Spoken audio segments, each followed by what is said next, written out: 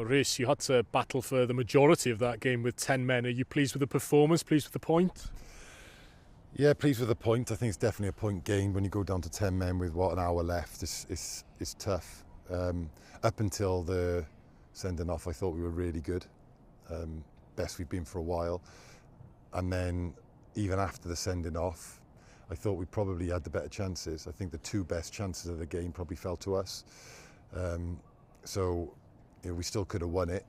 I think it's the fifth time we've played them. I'm not sure either teams deserve to win many points from the games, but I felt if anyone deserved to win today, it might have been us. But to get a point against a very good Cardiff Met side after so long with 10 men, I'm really pleased. Teimlad y Rhwystredig o'r canlyniad yna, o ystyried bod ganddoch chi'r fantais o ddyn ychwanegol am ran fwyaf o'r gêm?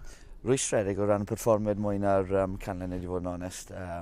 So nhw wedi curo ni o gwbl y flwyddyn yma, a ni wedi cael llechen lan trwy gyntaf i cael ei lechen lan gyntaf i'r clwb, so fi'n falch dros hwnna, ond pan chi'n gweld y gêm a chi'n ware yn erbyn 10 am gymaint o'r gêm, chi'n meddwl falle ydyn ni gallu mynd ati i sgorio 1 neu 2 o goliau, ond o'n i wedi ware bach heb risg heno, jyst oherwydd o'n i'n gwybod, a ni'n parchu faint o firepower sydd gan Pen-y-bont, ac ar y brec maen nhw gallu brifo chi, so dyna pam o'n i wedi ware mor tyn, ac ware teg iddyn nhw, oedden nhw wedi amddiffyn yn reit dda hefyd.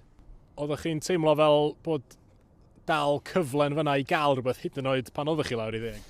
O'n, gyda ni sgwrs hanner amser, os ni'n aros yn y gêm, bydde siawns yn dod.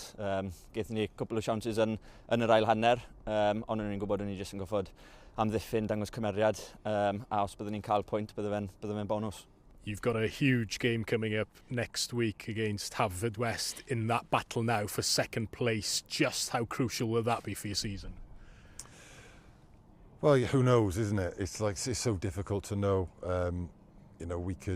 We could lose next week, the gap gets closed, and then we win our last 3, and then we cruise to it. Who knows?